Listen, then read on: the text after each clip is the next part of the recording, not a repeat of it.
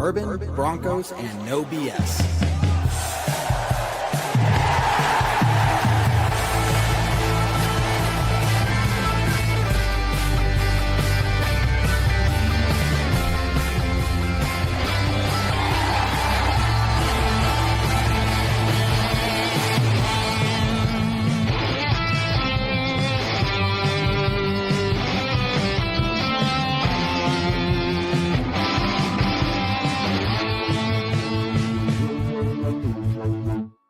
Fans, brews, and Broncos news. What's going on, Broncos Country? How we doing tonight? Welcome to another edition of Bourbon, Broncos, and No BS. We got Jared, we got Spotty, we got David, we got 𝐿𝐴. We got 𝐿𝐴 here. We got the full crew together, guys, and we are going to be just having a great time because your Denver Broncos are on an 11-game win streak. You got to start using your toes to count because unless you have 11 fingers, in which case that would be pretty useful in this situation. But we do have Jared's abacus, which is no longer used to figure out if we're mathematically eliminated. It's used in much more positive ways, and we'll get to that tonight as well. Guys, post your comments, post your questions. Let's start talking about these awesome Broncos, everything they have going on for them. Number one in the AFC right now. Clinched the playoff spot, first team in the AFC to do so. Jared, buddy, let's start with you, man. How you feeling?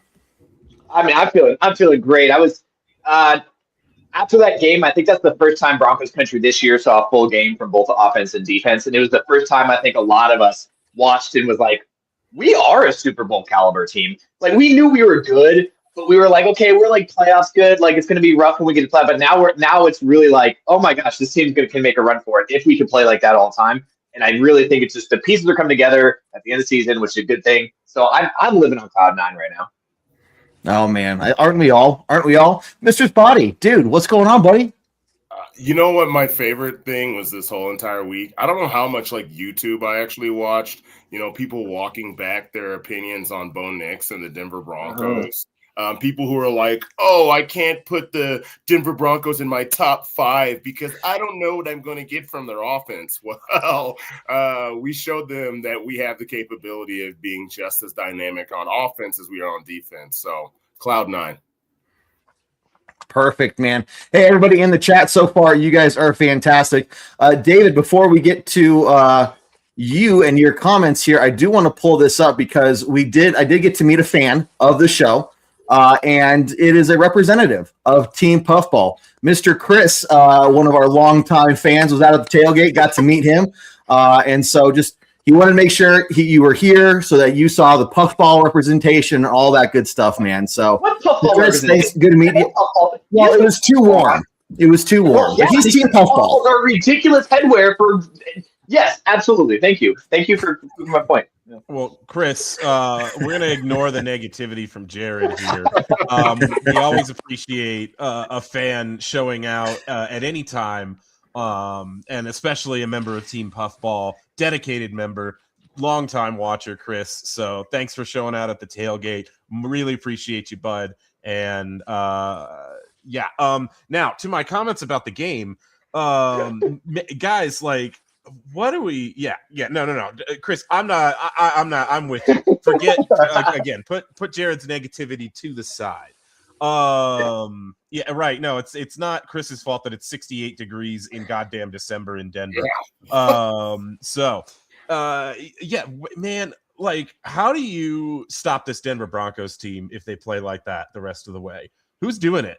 Who's doing it except maybe the LA Rams or the Seattle Seahawks? And the only time we're going to play them between now and the end of the year is the Super Bowl. So, like, that's an if. We're still talking about an if. But if the offense can play like that for the rest of the season, the playoffs, man, you got a stew going, friends. You're telling me, man, this is going to be just a wild ride up ahead. And 𝐿𝐴, not only are you back, but the Broncos are just looking phenomenal. How are you feeling? What you thinking? Where are you seeing from your standpoint? I mean, it's been such a exhilarating season to watch it all come together. From us, every game felt like a comeback game, and losing at the beginning of the season, you're like, oh boy, here we go again. And then it was just we had so many clutch fourth quarters, and you're like, but if you could just play a whole football game, that would be delicious. And now they are. And, against the Packers, it was like, this is the show. This is what we needed to prove. And they did it. And that was a fantastic game. And, it was like, it's all coming together. It's super exciting. It feels good. I got goosebumps talking about it. Heck yeah. Heck yeah. Look, there's a lot of positivity to talk around. I mean, you could let's just start with the offense, because you're talking about Bo Nix just absolutely balling out. And several people online today totally agreed with him. As many great games as he's had in college, this is probably the best game he's ever had, throwing for over 300 yards. Was it 22 for 31? 0 interceptions, 4 TDs, each to a different receiver, 0 sacks taken. I mean, you cannot ask for anything more from a quarterback. And to sit here and say that, well, maybe we still have questions about him or something like that, at this point is just ridiculous. Just give the guy his flowers, because he's leading this team to some very serious victories. Yeah, the big part about Bo Nix's performance here is, first of all, he had 5 touchdown passes, 1 got called back. But I also want to say, like, yes, is there a little bit of level of I'd love to see this every game, absolutely. But if you're clicking it now, at the end of this is when we needed it to turn on. And if we could just see this consistency throughout, obviously we have a couple big tests ahead of us. 2 of them playoff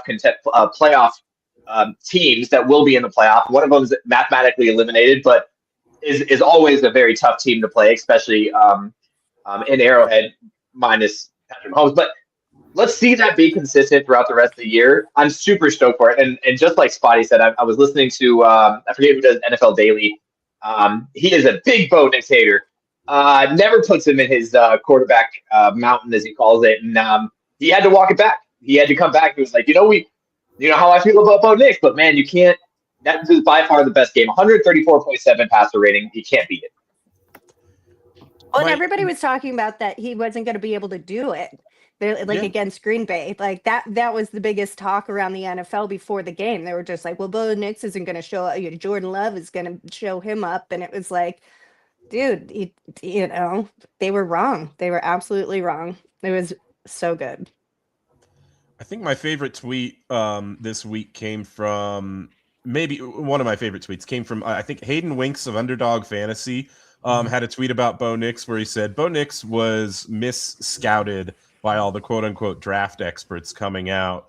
The draft report talked about this quarterback that had limited physical traits. It was never about traits for Bo Nix. It was about decision-making and his ability to calm the kind of the gunslinger mentality that defined his Auburn career. And so it's exactly right, Clayton. Nailed it right on the head.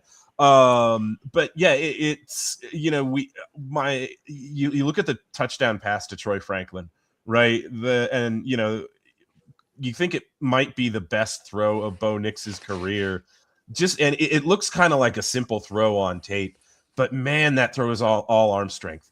That was an arm strength throw. When you talk about arm strength, you don't talk about a quarterback that can throw the ball 60 yards down the field. That's not what evaluators mean. They mean guys who can fit balls into tight windows with velocity. The Lil Jordan Humphrey touchdown, he did it there. But man, that Troy Franklin touchdown was thrown on a rope into a spot that it had to be in if you're going to make that touchdown pass. And to see him play that way, to see him set his feet that way and make decisive throws down the field, to do, Jared, exactly what we were talking about him doing in the tailgate talk. Wow, that's a whole new level. I'm actually kind of annoyed because they walked back a yard from Bo, so he could have been at 303 yards, which I feel would have been poetic. And if he would have ended that game with 303 yards, I'm telling you, it's just like the DT thing, like earlier this season, like just something that gives you goosebumps and even more excited about the season. Honestly, what can be said about that we haven't already said about Bo Nix's performance? This when the Broncos fans drafted him, let's be for real, like 50% of the people were probably high on it. 50% of the people were like, oh, great, here we go, Paxton Lynch all over again. But at this point, he's showing that his gelling with Sean Payton is something else. watched Really these. is. No, I watched go. Jenkins this today. And about- how much his offensive line is starting to love him, and just like, you know, they are protecting him with all the fierceness coming up. Like, they have stepped up. Everybody is seriously coming together that way. And to have all the receivers starting to work, I mean, to spread it out that much, it was that's exactly what any team needs. Look, I think there's just so many things that we can look at, and part of it on the offense, like we can look at. First off, there's so many points I want to make. Let's start with this. There's one thing that I think is not being talked enough about in terms of what's causing or what's really aiding the Broncos' success, and that's our depth. The depth on this team is serious, and I would have no problem saying we have the best depth in the NFL. And it's not so much like they're the most talented, but the understanding is when you step foot on the field, you have a job to do, and you are expected to get that job done. And everyone from RJ Harvey stepping into his role and getting better week by week. Little Jordan Humphrey, the first couple of weeks he came back, not really seeing anything from him. Look at what he's done last 2 weeks, right? This last game was magnificent from him. Michael Brandy coming up off the practice squad. Devin Key making a big play in the second half there after Strnad went out. And so, you know, it sucks when players go down, right? But I think where the Broncos are at, they've built such a strong culture around this idea of your name's very likely going to get called at some point, and you had better be ready, not just for your own sake of staying on the team, but we're relying on you. And you're just seeing guy after guy step up into these positions, and they're making it work, right? And it's like Michael Brandy's out there. Who would have thought that he'd even try to throw a touchdown pass to Michael Brandy, right? But they say, no, you're out on the field. We expect you to do your job just like the guy next to you. And it just makes the defending this offense or trying to figure out this defense even more complicated because of all these pieces we have. Yeah, there was a big piece there, right? We talked about this. PJ Locke coming in for Brandon Jones. Both Chris and Adam said it. Like, that was a huge thing. Like, a lot of us, we saw it on the screen, and we were like, that's interesting. Like, PJ Locke's in there. I wonder what's going on. Didn't even hear anything till after the game to find out that and he's going to IR. So we don't know what happened there, but it's good. It's great to see that we have the next man up mentality and then the team first mentality of like, let's play together and do the whole thing. Yeah, it is Bandy. You keep saying Brandy. Thank you. I know. I wasn't going to correct you. Thank you, I Michael. have a little Michael Brandy myself. Hey, the Bourbon. I'm just so excited. Offensive line guys. I mean, talk about giving up 0 sacks for the day. And honestly, I mean, before yesterday, I think it was like only giving up 1.3 sacks per game. So, I mean, again, offensive line, you got to give them their flowers too, because they don't get mentioned very often. But that unit is playing very well. 𝐏𝐚𝐲𝐿 being on that side, we saw Ben Powers go down. We're like, oh, that's going to really hurt. Man, he stepped in that role as well, right? So, dude, offensive line looking great. So David knows this is coming. He's got the smile of it. Yes, the offensive line was looking really good a lot of times. And I hate when sacks are a quarterback stat, except for this time. That was 100% Bo Nix on probably 5 or 6 chances that he got out of. And you're talking running away from guys like, Micah Parsons. He was Micah Parsons. He was bunch. flying up the field, and he broke his ankles twice.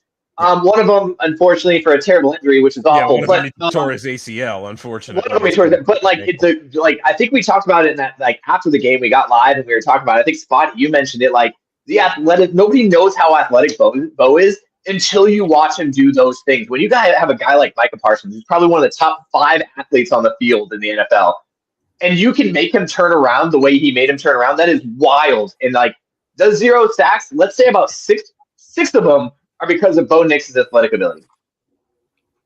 Yes. There was very much a time where it looked like Bo was going to go down, and he bent over in 100-degree angle and somehow stayed on his feet. I think he made the play too. Bo's athleticism is a huge part of it as well, but the offensive line is doing their job.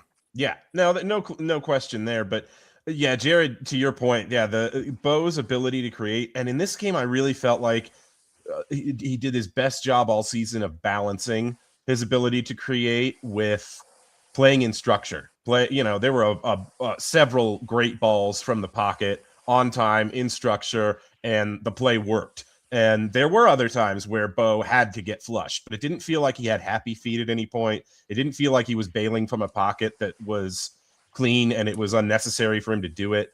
I think maybe one of my favorite 3 plays of the game was that play where it looked like he was just going to kind of shuffle out of bounds, and then he just kind of sneaks a little pump pass right past the ear hole of the defender to where only Troy Franklin could get it for like 11 yards or something. And it was kind of the perfect encapsulation of you're taking a risk, but you're doing it in a smart way that shows an understanding of what your playmakers can do. It's really, really cool. And on that too, the same play that Michael Parsons got hurt, he did the same thing. He took a hard step in, bounced himself, and it's hard to explain how athletic that is. Like, to be able to take a hard step in, bounce yourself back out, and then reset and throw that ball to Evan Ingram, the only catch of the day. Sidearm it to Evan Ingram for, like, I think 11 yards. I think he got a first down on it. Like, stepped in, stepped back, got it to him, got the first down. It was just absolute athleticism all around. Stop it. I'm going to get so excited, I'll get drunk again. I'm just saying. Oh, man. Defense. Ayla, go for it. I was saying. No, it really is, because people have underestimated it since it was such a rough start at the beginning. But I think we have to give him credit for a second-year QB on his football smarts and just like how his brain, like you can almost see his mechanics working faster, like his eyes go so fast. He doesn't. He's got that composure. He's got more years under his belt for that. And I don't think anybody really saw that at the beginning of the season. They're just like, oh, second year is going to be terrible. And, it was just like, okay, go ahead and let you think that. But as you watch him unfold and it's, I'm sure with Sean Payton, that's exactly what he wanted. And he's informing him, he's molding him, and he's smart enough to do it. And it's exciting. It's beautiful. Yeah. And that's the thing. It's as much it is like the football IQ you need to be able to understand and really implement Sean Payton's system.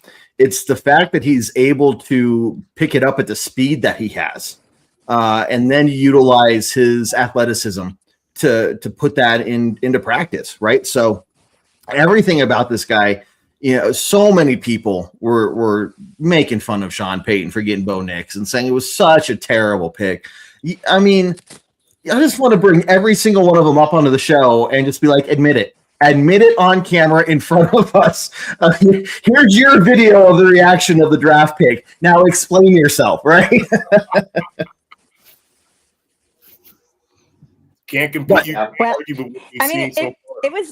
It was a little bit different up where I live because being in the Pacific Northwest, there are a lot of people who are already fans of him, and they knew it coming out of college. And so, it wasn't that super big college team that you're always watching, but people did notice it, at least where I was. And it was like, oh, cool. Well, I didn't, so I was like, well, this has come to fruition pretty nicely. Yes, it has. And I pulled up this comment from Michael here because I think it's a point not to be ignored. Yeah, Bo threw a couple of picks that could have been, or balls that could have been picked off. And I even, there was even one completed, behind the line of scrimmage that the Packers just sniffed out. And the only reason they didn't get a pick six is because their DB mistimed it by half a second. But you know what? I said this in the tailgate talk, guys. I don't care. You've got to take chances. If you're going to take the risk, you got to take the risk. Yeah. If you're going to be a big time quarterback in this league and make big time quarterback plays, sometimes you're going to put a ball in harm's way. Josh Allen does it. Jordan Love does it. Drake May does it. And so, yeah, I don't care. Obviously you want to see that cleaned up in scenarios that you can, but as long as he's connecting on those deep balls the way he has been of late, and especially in that Packers game, keep firing. Just keep going. Yeah. We're going to be talking a whole lot more about what to expect from Bo, but I want to make sure we have some time here to talk about what we saw from this defense.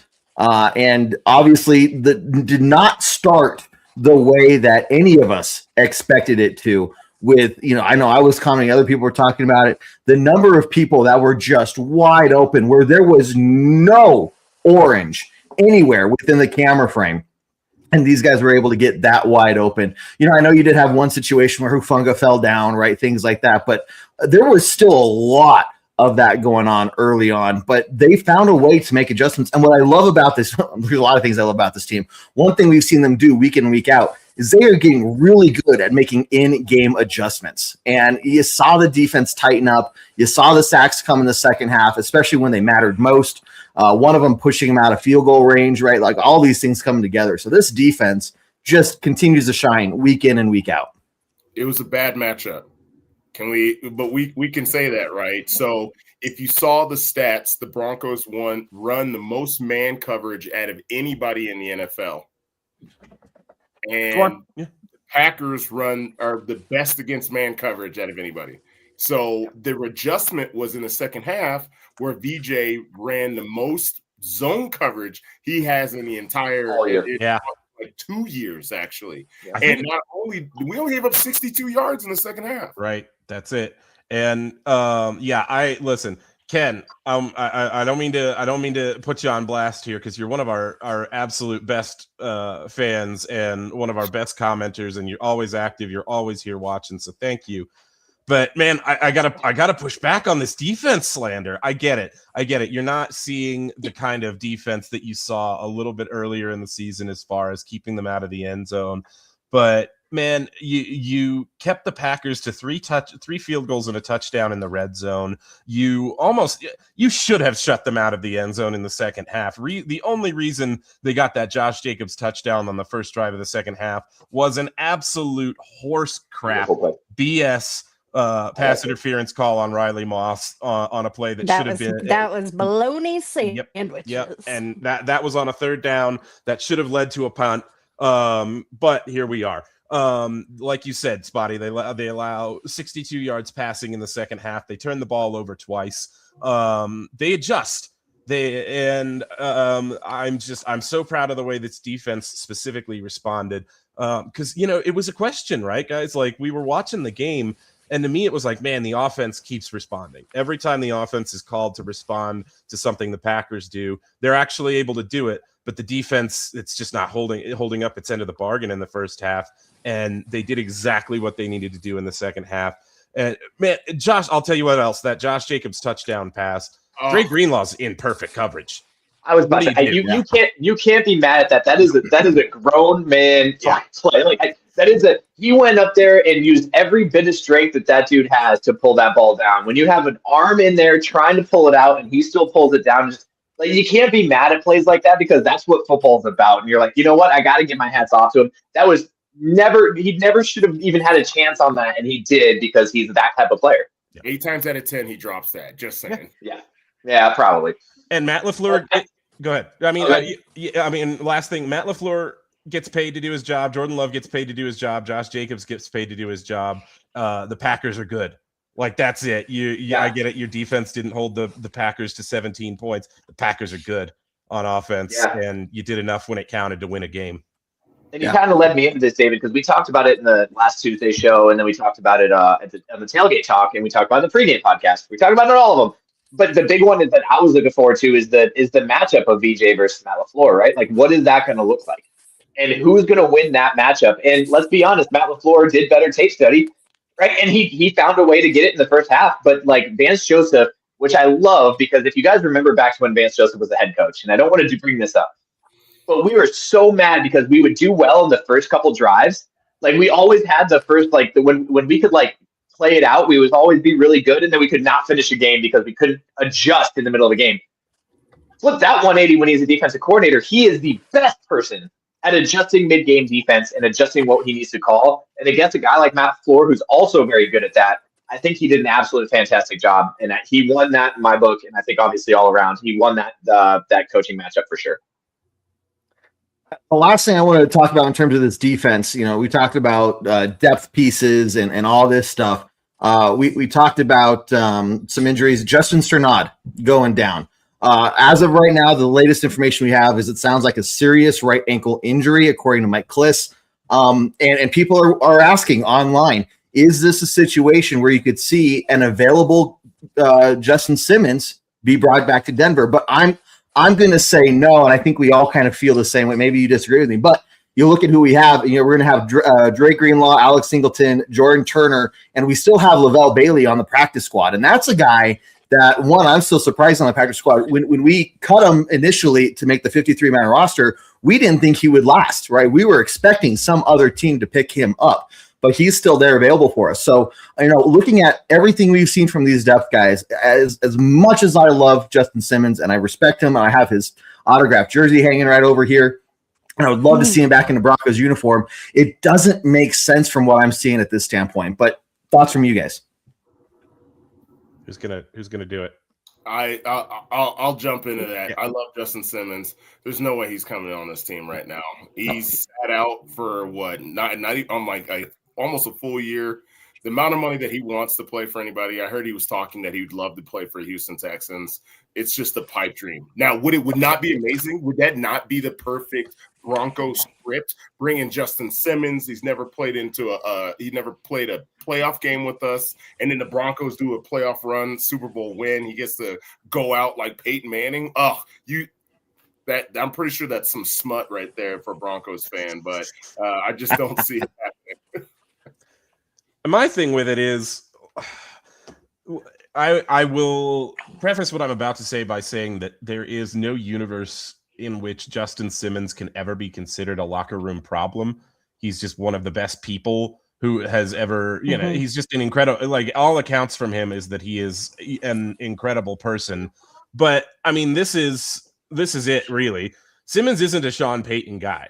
That's the end of the story here. And what makes that so important to me is I was listening to James Palmer talk about being in the Broncos locker room after that Packers win on Sunday. And one thing that he said was the consistent theme from Broncos players in interviews was, keep doubting us. What's the excuse going to be this time, et cetera, et cetera.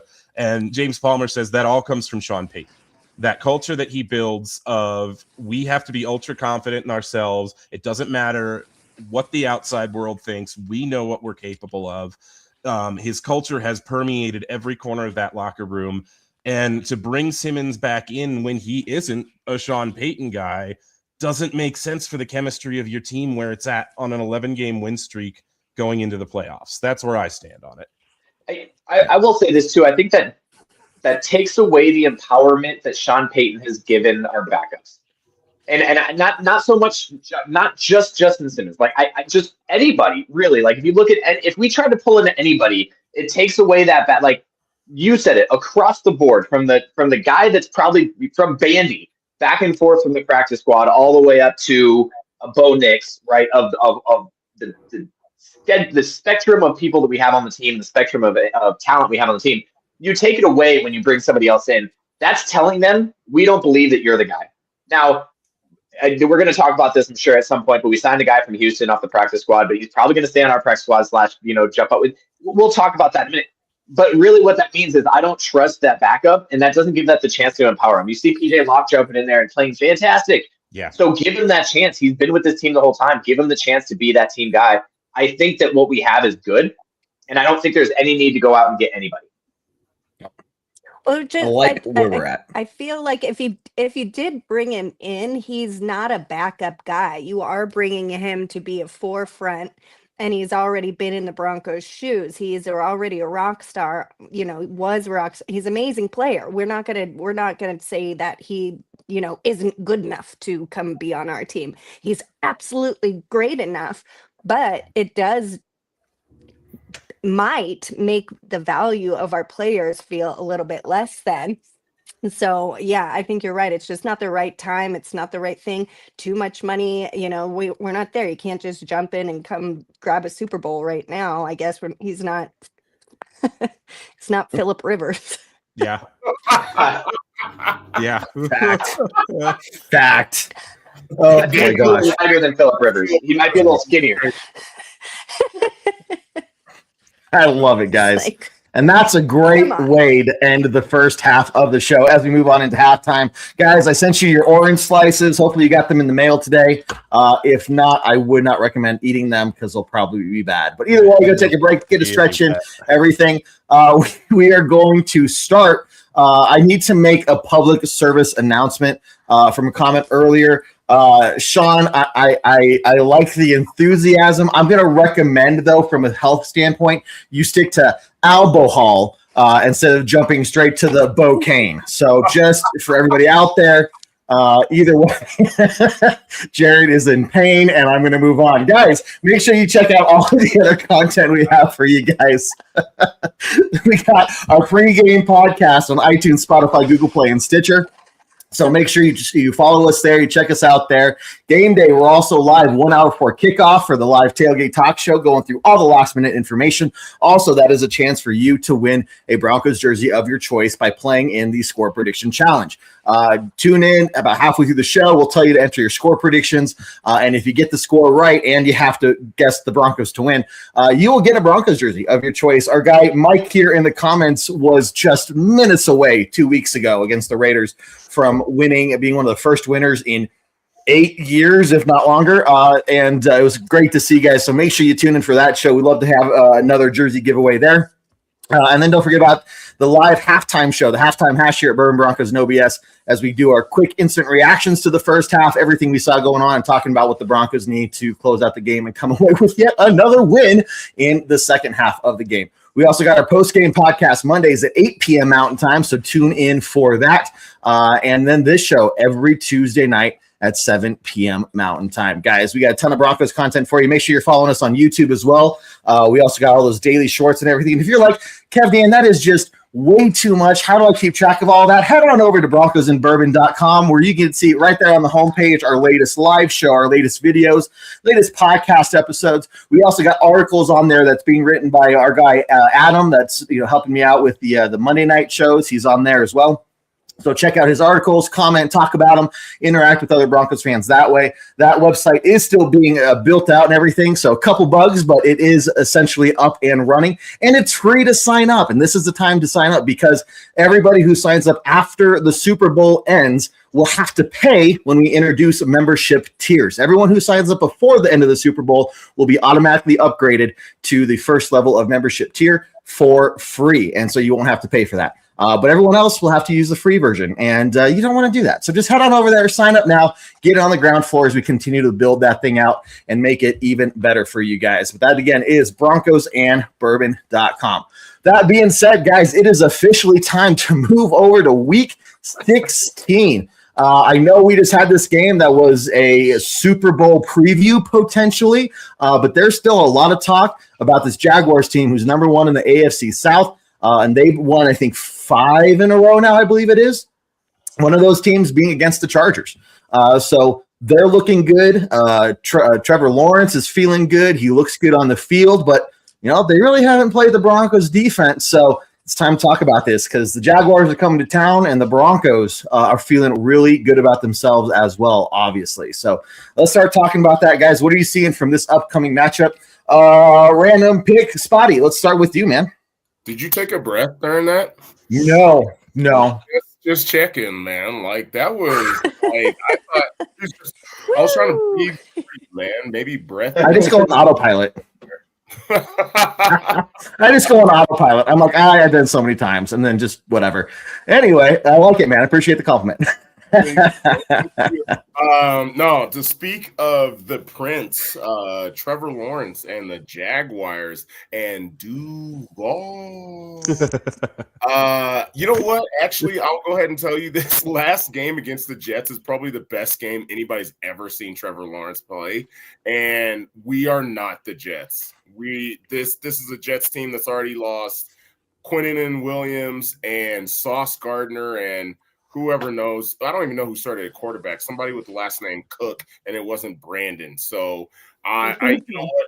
I discount everything that I see in that last game, and that sounds like a salty person, but I honestly, they're just another team that you can't trust. At least the Broncos have shown week in, week out that you can trust them. They drop games against poor people, and then they somehow play great, you know, every so often. So yes, their 5-game winning streak looks good. I believe that Chargers game was the one that Herbert got hurt in. He might have gotten hurt in that game. So anyways, I think there are some things about the last 5 games for them that are albatrosses. Okay, they're outside of the norm for them. And just like everybody's saying, this is another make it or break it game for the Broncos. It is that as much for them as it is for us. Yeah, we're the measuring stick for them now. Just like the Packers were for us last week, now it's the Jaguars measuring stick game. And I think that our defense has a decent chance of cooking up some really interesting blitzes that make Trevor Lawrence turn into interception guy or fumble guy. And you can do that to Trevor Lawrence. He is more susceptible to that even than Jordan Love, I think, if you get him feeling uncomfortable. And he does, you know, he's a deceptively athletic guy, so I don't want to discount what he can do with his legs. But yeah, if you can cook him up a little bit, I think this defense has a really good chance of showing him things that he hasn't seen, even maybe from the Texans defense. Yeah, Ayla, what you thinking? Or Jared?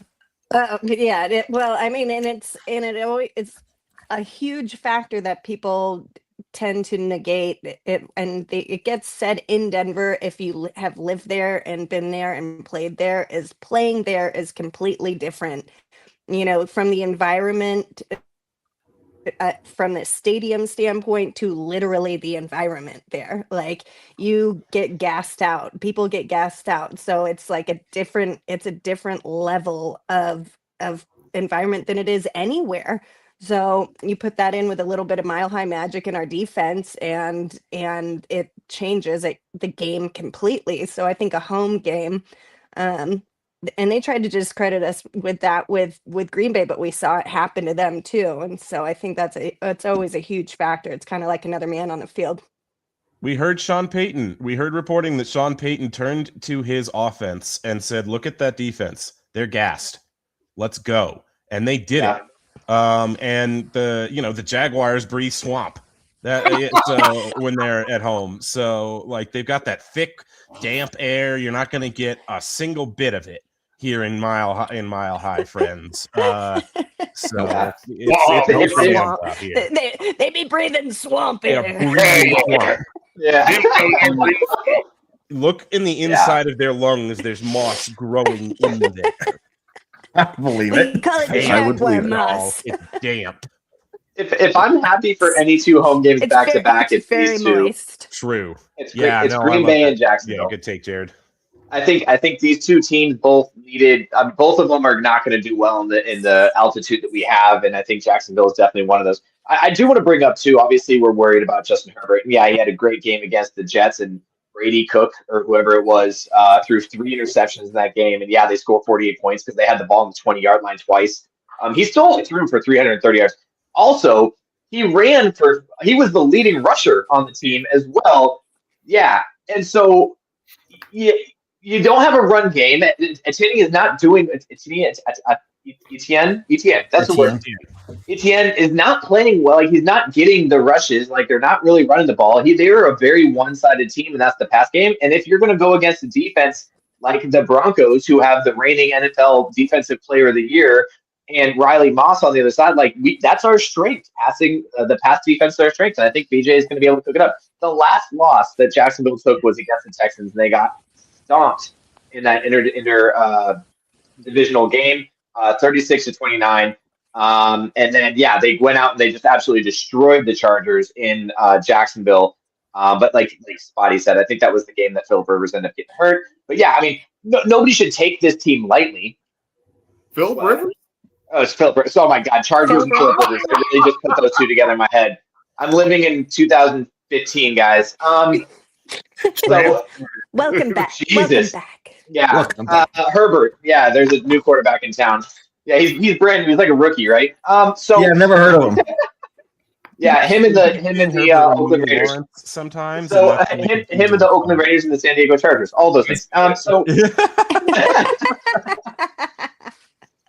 But their last two wins, right? Jets, okay, cool, with Brady Cook quarterback. The Colts with, I forgot who was their quarterback at the time. I don't think that was the game that he got injured, right? That was the game that Riley so, Leonard. and then the Titans, who are pretty much the worst team in the league. Everyone's kind of on the same page on that one. And then the Cardinals before that, who are also not playing any good football this year. So yeah, they've had actually 4 straight games of kind of teams that they should have kind of beat up on, and they did, rightfully. Now you have a team where you're playing against the Broncos in Mile High. I think this is a rougher matchup for the Jags than I think they're expecting, especially their fan base. I think they're thinking they're going to come in here and be like, it's the Broncos of old, and I don't think they're ready for Pastor Tan and Riley Moss. Just to add, it was Davis Mills for the Texans, too. Oh, yeah. wow. Yeah, Oh, yeah. exactly. 36-29 with Davis Mills as the quarterback. That's it. Now, I want to give you guys a note on the injury status of a player that we are all hoping about this week. We saw RJ Harvey go out of that Packers game with a rib injury. He was questionable to return, never did. And so we saw the Broncos claim a running back off of waivers this week, Cody Schrader, I believe, from the Texans.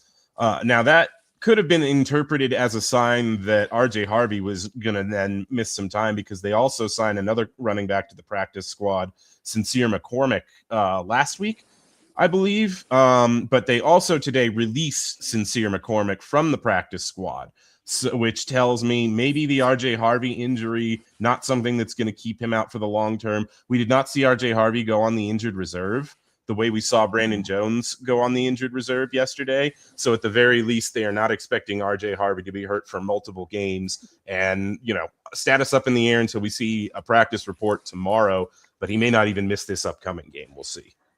Yeah. It'll be definitely interesting to watch, because you just seen him, again, I said it earlier, improve every single week. And he's really coming into his own, right? I think he had 65-ish yards this last game. So, and then some 0 receiving yards, but he's looking good out there. He's looking confident, right? And this is a rookie that's just stepping into a role that, we need him to excel in, and then he's doing a great job doing his job there. Couple things, talking about teams coming to Denver, and the Broncos setting the tone. I don't think enough people are talking about the little pregame scuffle that happened before the Packers game here, and I like it. I don't know if it was premeditated. I doubt it was premeditated. It's probably just one of those. But to be able to put in practice, not just say we're not afraid of anyone, but to look at the opposing team and be like, you're going to hurt today. We're going to make you work for every inch you get on this field, and it is going to be painful. To set the tone of the game right away, I think every other team that, the Jaguars see that, any team we see in the playoffs see that and go these guys mean business, right? And I think it wasn't just a message for the Packers. I think it was a message to everybody we play in Denver to say, you're going to hurt. Right. This is not going to be a pleasant day for you. And if you win, then it's because you just did absolutely everything right. But that doesn't mean it's going to be fun for you. So I think these guys are just ready to go in every way, shape, and form. There's a lot of good stats that Ken is posting here in the comments. One of the good ones here that I love to see, Broncos have the best third down defense. And that's, I think we were all hoping to see a little bit more this last game, especially when it's 3rd and 10, 3rd and 12, and then they convert on those things. But in general, the Broncos just do a really good job on this. And then you look at, the Jags are below average when it comes to converting on third. And it sets up so many little things where you're looking at the stats and you're wondering how this game is going to go, that the Broncos defense, again, if they go out there and they play their A game like they've shown they do week in and week out, there's no real worry that I'm seeing here. Are there some interesting matchups? Of course, but there's not a situation where I'm I just see them beating us in this area. You know what I mean? Red zone defense as well, by the way. Just as a quick reminder, everybody, and that's that matters more, right? While the Broncos had the ability to go down and score touchdowns, they were stopping everybody to field goals, and 7 versus 3 is always going to win. But before I get into too much, I also wanted to touch on kind of what David was talking about on injuries. I saw a lot of comments about Drew Sanders. Guys, I don't think you're going to see Drew Sanders this year. I was someone who's a big proponent of him. I wanted to see him on the field.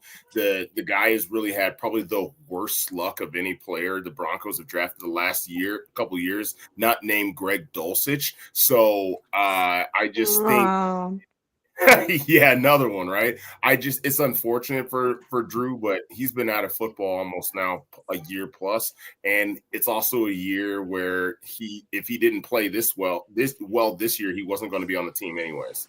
So the Broncos are they going to just see a couple of games and then sign him to a contract? It's probably not going to happen. Yeah. Yeah. I want to bring up this comment because I think you're right, Culbert, talking about how we're all pretty high and we're all wearing orange and blue goggles on this, which is fine. It's Colorado, it's legal, and so I get it, right? We all know where David's at here. Nobody knows me. I do want to not to walk back my comments on like, hey, these are but we're looking at the matches, like we're looking at the matchup as much as we can, and yeah, absolutely, I think that Jacksonville absolutely has the chance to beat us. Like, I think that they do have a team that could come in here and play. This is why it's so difficult for us at the end of the season. We have 2 matchups that are both going to be playoff teams, and they're both fighting for better spots too. Let's not forget that if Jacksonville loses this, and none of us, if none Jacksonville of us said it loses was this, going to be a terrible game. It's going to be and good. It's going to be a good game. Absolutely. If Jacksonville loses this and Houston wins, they might lose the AFC South. So they are actually playing for a lot as well, and they do have a chance to come in. We're just saying I don't think Jacksonville's ready for the Mile High Magic. I just don't think they're ready for the air. And there's bound to be a game. Like Trevor Lawrence can't look like sunshine and rainbows this entire time. There's going to be a time Spotty, you're going to like this. He reminds me of Phillip Rivers. He's either really good or he's not. Like, those are the two options. There's no in between. So maybe it's time for him to be not. But the success for Phillip Rivers was way better at this point in his career. And just to kind of touch on what you just said too, this is a different type of matchup if we're there too, right? Like all of the things that we talk about, we even said it about Green Bay. You don't get a 2.5 favorite in our home field because of nothing. Right. And if they would have been at home, that probably would have been a 6.5 point favorite. Yeah. Right. So easy. And it's all about the matchup, the timing that you're playing them, the injuries that you see, and the place that you're at. And that's just everything that we're taking in for this when we talk about how we think that we're going to dominate in this game. I love it. There's some great storylines here, guys. It's just interesting to talk about, and you see, other fans, and I'm going to call you out. Yeah, I know you're a Chargers fan, and it's like, well, we're finally hearing from Chargers fans for the first time. I didn't know you guys existed, but you do, and that's okay. That's okay. But it is interesting to hear the points from other fans, right? And there's still just this disbelief in the Broncos to say like, oh, there's just no way they can beat these guys. And then we do. And the next way they say there's no way they can beat these guys. And then they do. And it's the same thing week in and week out for 11 straight weeks now. And it's like, at what point do you say, look, yes, the Jaguars are a decent team. They're a good team. They're a threat, right? You can't take them lightly. But at the same time, we're the Denver Broncos, and we've shown that week in and week out, we come prepared, we come focused, we're ready to play everything we got. And look, if it takes the fourth quarter for us to win the game, we'll win the fourth quarter. But either way, we find a way to do it. On the road, at home, whatever it takes. So maybe the Jaguars do put up 28 on us. Okay, I believe that we'll put up 34. Okay, and we'll win the game. Right? I just you go back to everything that Bo Nix does when he's under pressure, when the game's on the line. This guy shines. So at what point do these other fans look at this and say, okay, Jaguars are good? But yeah, the Broncos are equally as good, if not better, and we got to start recognizing that. So, And none of us said that this was going to be an easy game. We literally didn't say that. We just said we brought up matchups, we brought up environment, we talk logistics about it, and still think that Broncos will come out on top. Of course, any given Sunday, but if we're gonna make a prediction about it, it should be a great game, and that's what we really want to see. None of us said it was going to be a blowout, nothing like that. So our hats are off to the Jags, but it could end up being a really fun game like the Green Bay game. But guess who won that one? It's 25 Broncos. I'm pretty sure it'll be a one-score game. And it's exciting. It's a good thing, Goal right? at the end. It's a good thing, right, that we've got this stretch of good defenses going into the playoffs. Really all the defenses that we play toward the end of the season now, Green Bay, Jacksonville, Chiefs, Chargers, these are all top half of the league defenses at the very least. And it's a really, really good tune-up. You see Bo Nix in a place where he is seemingly improving week to week. And so, just keep testing yourself against these really good defenses, because you're going to keep seeing great players on defense in the playoffs, right? And it's really fascinating to see this next test. Guys like Josh Hines-Allen, those kind of players. I'm again optimistic about what the Broncos are going to be able to do on offense against this Jaguars defense. But just another good way. It's a good time to be peaking, and it feels like the Broncos are peaking at a time when the Colts are falling apart. Teams like the Ravens are battling just to try and get into the dance at all. You're not really sure what the Bills have to offer. It's just a fascinating AFC playoff picture, and the Broncos are coming into their own at the right time, it feels like. Yep. Yeah. This is going to be a fun one to talk about in the pregame podcast. I'll be honest. I'm excited for this pregame podcast, so make sure you guys join in, because we'll be talking about those matchups. And there's a lot there, right? There's a lot of matchups there, and we'll probably talk pretty heavily about our secondary and against Herbert. But yeah, no, I'm really excited to talk about this one. Before we go, someone's got to talk about the playoff stuff, right? Someone's got to talk about that's dude. Thank you. Between you and Jared, and we're on the same page. I was going to say, look, guys, if you want to listen to more in-depth coverage of the upcoming matchup, listen to the pregame podcast, because I have a question for you guys about playoff stuff. And Spotty, maybe you're going a little different direction, but I do want to ask you guys, because honestly, before this last game, I was thinking about it. My expectations for the playoffs were still the same. And that was just win one playoff game, right? If you win one playoff game in your second year of this rebuild, I think that's already showing a lot of progress in terms of where this team is. They're still young, second time in the rebuild. But after this game, I don't know how you can't look at this. You kind of mentioned earlier in the show. How can this not be a very strong potential for not just a Super Bowl team, but as somebody that can win the Super Bowl? And it goes back to what Sean Payton said at the beginning of the season, where I know I was a little bit too when he said, "Oh, this is one of the few teams I've ever coached that I know can go to the Super Bowl." And we're like, dude, it's preseason. What are you talking about, dude? It's Bo Nix in his second year. How could you say that? And now we're like, dude, you were right.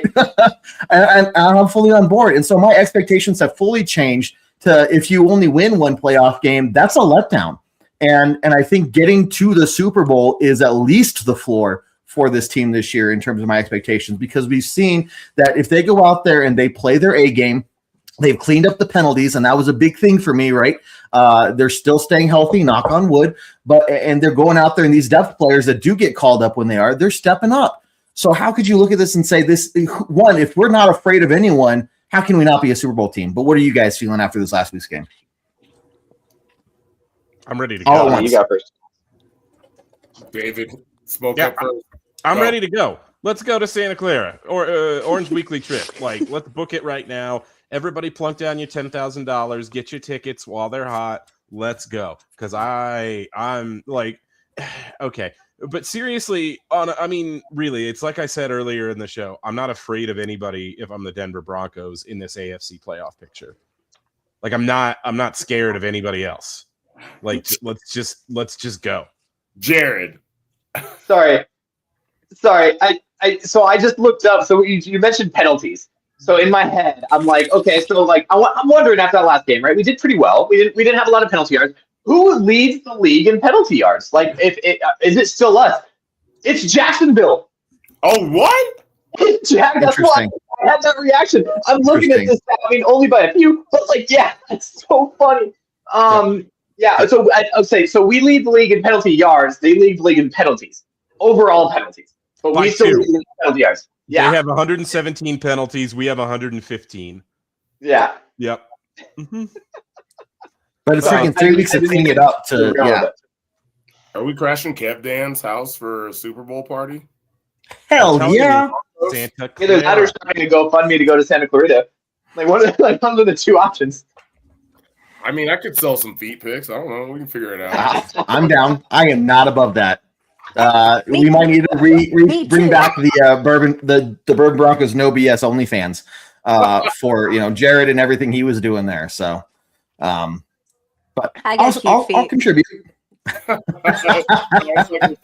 Kayla's feet pics to make it for Super Bowl picture.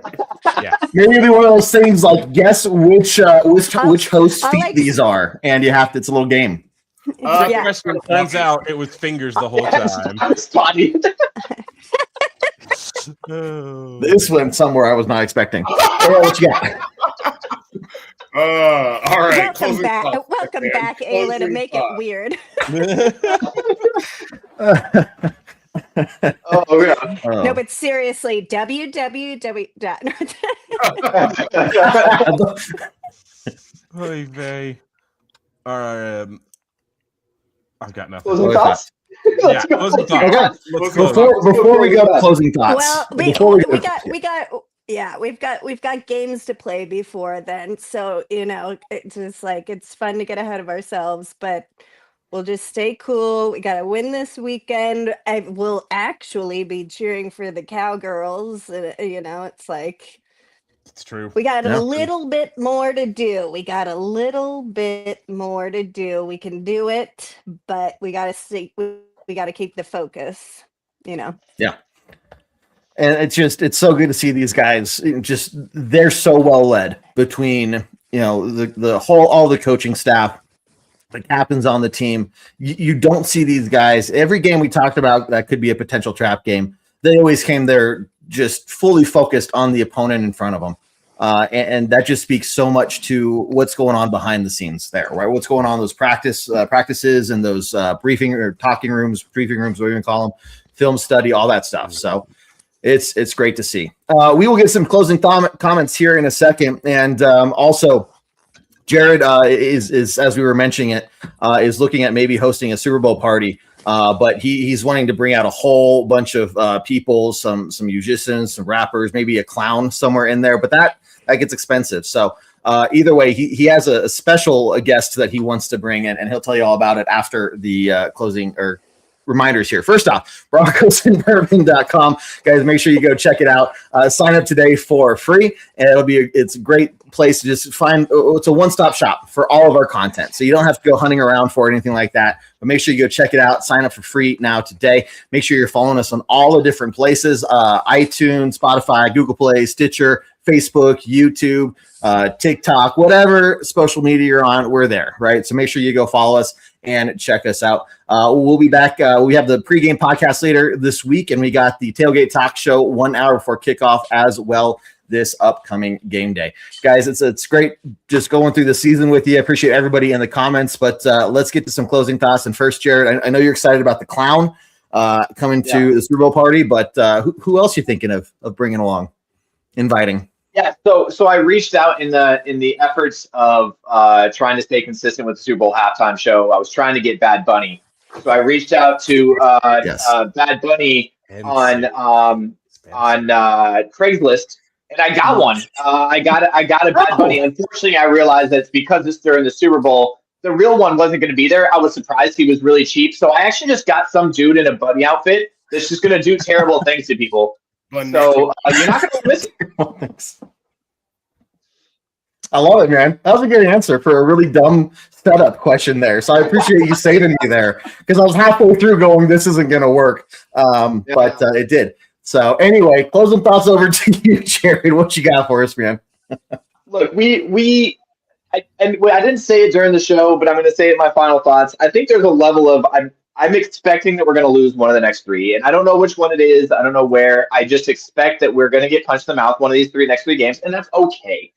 I still think we get finished top of the AFC. I still think we get home field advantage. I think we still get the AFC West, so even we get at least one home game in the playoffs, and then we'll figure it out from there. But this next game might be it, and if it is, it is. And I'm just happy with where we are right now, and seeing all the stats and all the pictures of Denver Broncos are the number one in the AFC. It just brings me back to the old days. It's a really good feeling. It's really nice to know. It's really good to feel and walk around and tell people that I'm a Broncos fan and not get the like, yeah, that sucks. Response. So it's a great place to be. We should be happy, Broncos country, regardless of how these next 3 weeks go. We should be happy that we're the first ones in the AFC to clinch the playoffs, and that we're going to the playoffs in a year that was supposed to be our second year of a rebuild. So I'm just in a good place. You should Spotty, be so what you lucky. got other than David in a bunny costume? You should be so lucky. We started Do something it. last year that I kind of want to bring back a little bit when it comes to the closing thoughts, mostly because we didn't talk on it during the show, and that is who we are rooting against this particular week in the NFL. I like it.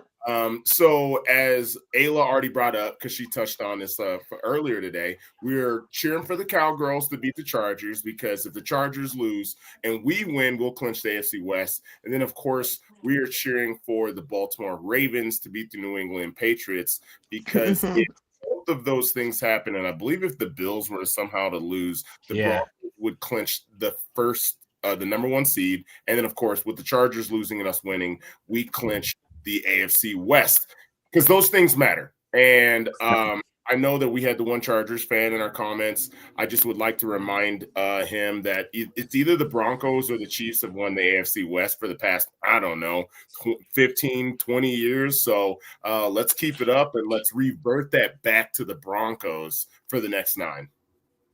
Love it. I love it. David, buddy, over to you, man. How you feeling? What you thinking? I'm gonna go ahead and take an opposite point of view from Jared. Shocking nobody. What? I know. Girl. I don't think like the way the Broncos are playing right now. It's just the way they've kind of played throughout this whole 10-game win streak, right? Where it's just one game at a time. We're not concerned about standings. We're not concerned about the streak. We're not concerned about this or that. We're concerned about the opponent. We're going to go out there and do what it takes to win this game, and we'll move on to the next game when it's time to do the next game. And with that philosophy, I can see the Denver Broncos winning out. Like, I truly can. It's not outside the realm of possibility to me anymore. And if you beat the Chargers, if you beat the Jaguars this week and the Chiefs on Christmas, I think you will have locked up the number one seed by then, no matter what happens with anybody else. And if you do that, you're resting your starters against the Chargers in week 18. And the way we all laughed at you, Kevin, and there'll be other reasons for us to laugh at you in the future. And frankly, I don't regret laughing at you about this either. But you might have been right. Like you might have just been right. It's starting to look very, very possible that the Broncos don't have a reason to play their starters against the Chargers in week 18. Yeah. Phenomenal stuff. Ayla, you came back at a really good time. There are just so many positive things going on that even trying to think about how could we nitpick, is there anything negative to talk about? It just blown out of the water by everything positive. So what you got for us? Well, if they can bring back Phillip Rivers, they can bring back Ayla, and I'm here. Well, that was the comment of the night. You win. But nobody wants Phillip Rivers. That's the difference. One text. No, but it's gonna be fun, and that's what I'm so proud of our guys for showing up one game at a time, having when nobody's really said it. I think I saw it in a comment, but really starting to gel. and using the whole team effort. We're not just relying on one person. We do have superstars, but we have hidden superstars, which, is exactly what a Super Bowl team needs, is the complete unit. So we'll just take it this week. We'll play with those kitties and see what we can do. And then, head off on our way for a Christmas game in KC, and then come on back. And it will be one right after the other. So that's going to be interesting as well. It's just kind of quick football and then a mini break. And then it feels like the start of playoffs once we play the Chargers at the beginning of January. So we'll just keep going. And thanks for letting me come hang out with you guys again. I missed everybody. I love our fans. I love what you guys do. You guys are the best crew ever. And 10-year anniversary, line up with the Super Bowl. Who knows? It's only weird if it doesn't work. Gotta say, if you're referring to the crew, you got to use we, because that is you as well, being part of the crew. Jared, Spotty, Ayla, David, you guys are fantastic hosts as always. Great times, great laughs. Guys, everybody in the comments, you guys all know who you are. We appreciate you more than you know. We do this for you guys, and we're going to continue doing this for you guys. Win, lose, or tie, whatever the case is, we will be here. Remember, guys, put down the 𝐉𝐚𝐲𝐭𝐨𝐧, drink your alcohol responsibly. Make sure that you just all stay beautiful and keep leaving. Guys, I got nothing left to say other than end this show, as we always do, on a very strong Go Broncos! Go Broncos! Don't smoke too much marijuana.